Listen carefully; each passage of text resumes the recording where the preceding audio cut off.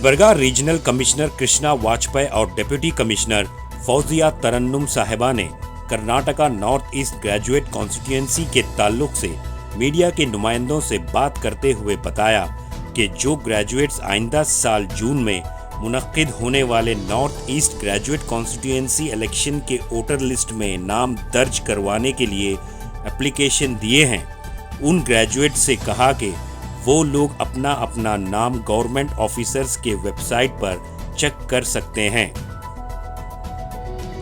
जिन जिन लोगों ने graduate constituency के नाम शामिल करने के लिए एप्लीकेशन दिए थे, उनमें से कुछ लोगों के एप्लीकेशन रिजेक्ट हुए हैं। ऐसे लोगों को 15 दिन का वक्त दिया गया है कि वो अपने अपने एप्लीकेशन चेक करके शिकायत दर्ज करवाएं। मजीद कहा कि जो लोग ग्रेजुएट कॉन्स्टिट्यूएंसी में नाम नहीं दर्ज करवाए, वो भी दस्तावेज के साथ नाम दर्ज करवा सकते हैं। आइए देखते हैं तफसीली report. Bureau report, Atraf TV Urdu news. सभी को नमस्कार, गुड आफ्टरनून, सलाम अलैकुम।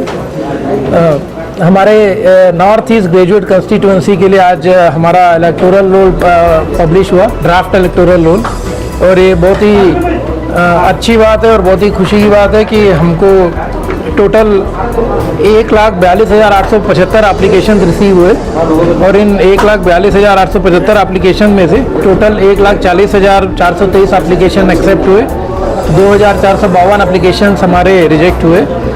और ये पिछली बार हमारे इसी समय ड्राफ्ट रोल के टाइम में करीब ये 46,000 एप्लीकेशंस थे, तो अगर उससे कंपेयर किया जाए तो हमारा नंबर काफ़ी ज़्यादा हुआ है। तो ये मैं आप सबको इसके लिए बहुत बहुत बधाई देना चाहता हूँ कि सभी आप सब ने इस मुहिम में बढ़ चढ़ के हिस्सा लिया और एक अच्छे नंबर तक हम लोग पहुँचे। लिस्ट आज हमारी पब्लिश हो गई है। लिस्ट एक मिनट, लिस्ट आरसी ऑफिस की वेबसाइट पे सभी हमारे जो इतने रजिस्ट्रेशन ऑफिसर्स हैं, असिस्टेंट रजिस्ट्रेशन ऑफिसर्स हैं, उनकी वेबसाइट पे और सीओ ऑफिस की वेबसाइट पे अवेलेबल है। तो सभी जिन जिन ने एप्लीकेशन अपना सबमिट किया है, उन सबसे मेरी दरख्वास्त है कि वो जाके एक बार अपना ओपन करके अपना चेक कर सकते हैं।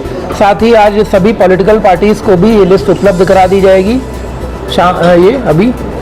तो आप लोग अपना अपना जितने भी फॉर्म 18 जिन्होंने अर्जी दी है वो जाके चेक कर सकते हैं। अगर उनका कोई दावा बनता है या उनको कोई ऑब्जेक्शन है तो वो हमको ये आज सबमिट कर सकते हैं। 15 दिन का इसके लिए समय दिया जा रहा है, आज से लेकर 9 दिसंबर तक, तो टोटल 15 दिन में ये सबमिट कर सकते हैं। साथ ही जिन जिनका ये रिजेक्ट हुआ एप्लीकेशन, उनको उनके क्या वजह क्या रहे हैं वो पूरा मेंशन करके उनको प्रॉपर फॉर्मेट में दिया जा रहा है, तो वो भी वो चेक कर सकते हैं और अपना दावा कर सकते हैं। इसके अलावा हमारे ये 7 जिलों में से गुलबर्गा सबसे हाईएस्ट नंबर पे एप्लीकेशन वहाँ से रिसीव हुए, ये करीब 36,000, और विजयनगर से करीब 12,000 रिसीव हुए। इसी तरह बीदर से 20,046, बल्लारी से 14,655, रायचूर से 17,900, कुपवाड़ा 17,746, यादगिरी 12,512 और विजयनगर 16,400। तो अभी हमारा ये जो पहली मुहिम थी हमारे मतदार पट्टी में लोगों के नाम जोड़ने की, एलिजिबल वोटर्स के नाम जोड़ने की, ये अभी एक चरण इसका ख़त्म हो गया है, लेकिन अभी भी नाम जोड़ने का जो ये चल रहा है प्रोसेस, ये कंटिन्यूड है और ये इलेक्शन के लास्ट डे ऑफ नॉमिनेशन तक चलता रहेगा।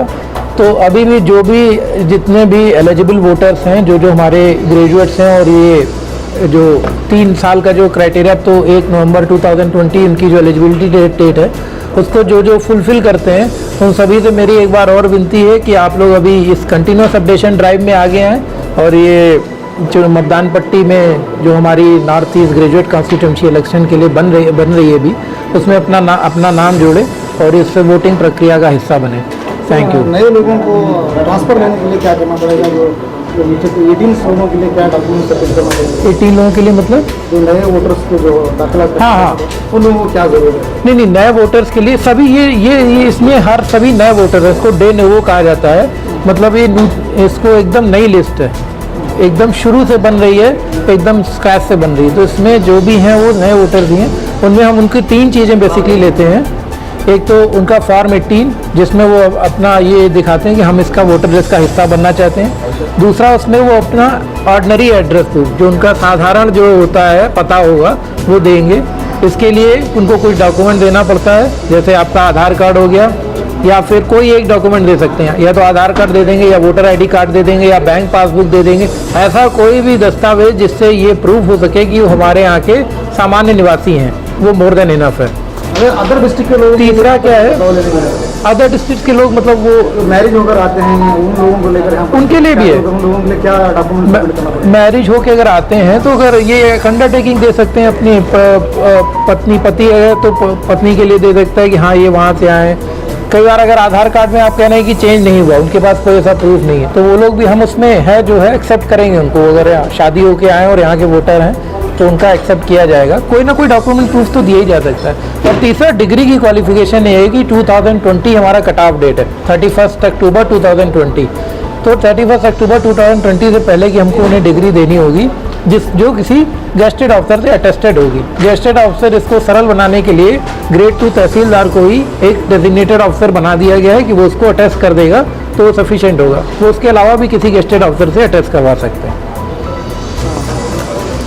जो कोई भी एक ग्रेजुएट है वो एमएलसी इलेक्शन में वोट कर सकते हैं। सर जैसे बताए कि जिन्होंने फॉर्म सबमिट किए हैं उनका एक्सेप्ट होगा। सो फॉर्म 18 आप तहसीलदार ऑफिस में सबमिट कर सकते हैं, सिटी कॉर्पोरेशन ऑफिस में सबमिट कर सकते हैं, डीसी ऑफिस में, एसी ऑफिस में, एसी कलबुर्गी और एसी स्टेडियम के ऑफिस में, हर जगह पे आप सबमिट कर सकते हैं। ये कंटिन्यूसली जून 2024 तक चलेगा। बट अभी बिकॉज फाइनल रोल पब्लिश होना है, अभी आप इनकॉर्पोरेट करेंगे तो बहुत बेहतर होगा। जो भी ग्रेजुएट है, जो भी कट ऑफ डेट से पहले ग्रेजुएट डिग्री लिए हैं, वो सब अगर अप्लाई करेंगे तो बेहतर होगा। आप गुलबर्गा में 35,846 लोग ऑलरेडी रजिस्टर कर रखे हैं। 15 दिन का क्लेम्स एंड ऑब्जेक्शंस पीरियड है। वो 15 दिन में जो सबमिट करेंगे वो हम 15 दिन के अंदर प्रोसेस करेंगे। उसके बाद बाय एंड ऑफ दिसंबर 30 दिसंबर पब्लिश करेंगे। इसके साथ साथ एसएसआर जो अपना जनरल इलेक्शन लोकसभा इलेक्शन के लिए चल रहा है, ऑलरेडी 22 लाख पीपल रजिस्टर कर रखे हैं। इसके अलावा दिसंबर 2 और 3 को हम एक विशेष प्रोग्राम कर रहे हैं, एक ड्राइव कर रहे हैं जहाँ पे हर एक पोलिंग स्टेशन पर ही बीएलओ बैठेंगे और 2 दिन के लिए फॉर्म 6, 7 और 8 और वो एक्सेप्ट करेंगे सुबह में 10 बजे से 5 बजे। एमएलसी इलेक्शन ये एमपी इलेक्शन का स्पेशल समरी रिवीजन है, जिसमें 18 इयर्स जिन्होंने भी कंप्लीट किया है, एजुकेशनल क्वालिफिकेशन कुछ नहीं होगा, हर कोई अप्लाई कर सकता है फॉर्म 6 में।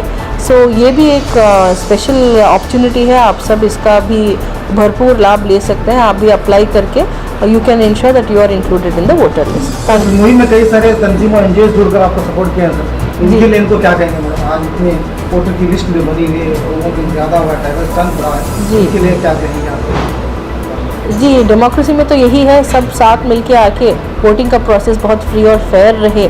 इसलिए जिन्होंने भी हेल्प किया, ऑफिसर्स होंगे, आरसीसी के लीडरशिप में ये बहुत एक्सटेंसिव एक्सरसाइज हुआ है इस साल। 3 बार ज़्यादा हुए हैं एमएलसी इलेक्शन में। स्पेशली ये जो स्वीप कैंपेन जो हमारा ये चलता है, मुहिम जो चलती है कि ज़्यादा से ज़्यादा लोग इसका हिस्सा बने, ये जो पार्ट है, तो इसके लिए ये मैसेज लोगों तक पहुँचाना, ये हमारा जाना चाहिए मैसेज कि हाँ ये कुछ चल रहा है, तो इसके बारे में सेंसिटाइज करना लोगों को। इसमें जो भी एनजीओ साथ, एनजीओ एसएस तो कोई नहीं रहे साथ में, लेकिन हमारे जितने भी स्पेशली जैसे अभी एक ग्रेजुएट्स का था, तो इनमें कॉलेज के प्रिंसिपल्स का या संघ संस्थे जो रहते हैं, हमारे ऑर्गेनाइजेशन बनाते हैं लोग, इन सबका बहुत बड़ा हाथ रहता है। क्योंकि जब तक ये लोग अपने सारे मेंबर्स को कहेंगे नहीं कि हाँ एक बहुत ही इंपॉर्टेंट एक्टिविटी आप इसका हिस्सा बनिए, तो इस दौरान ये चूँकि हम लोग बहुत ज़्यादा सक्रिय रहे अपनी तरफ से, तो वो लोग भी बहुत बढ़ चढ़ के आगे आए, इस वजह से ये चीज़ इतनी सक्सेसफुल हो पाई।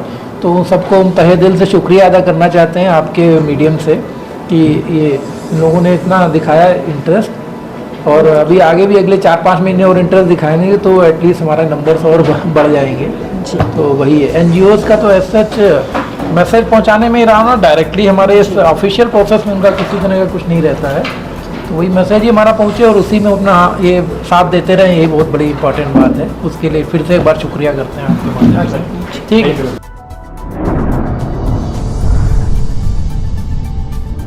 अतराफ टीवी, हर बात सच के साथ।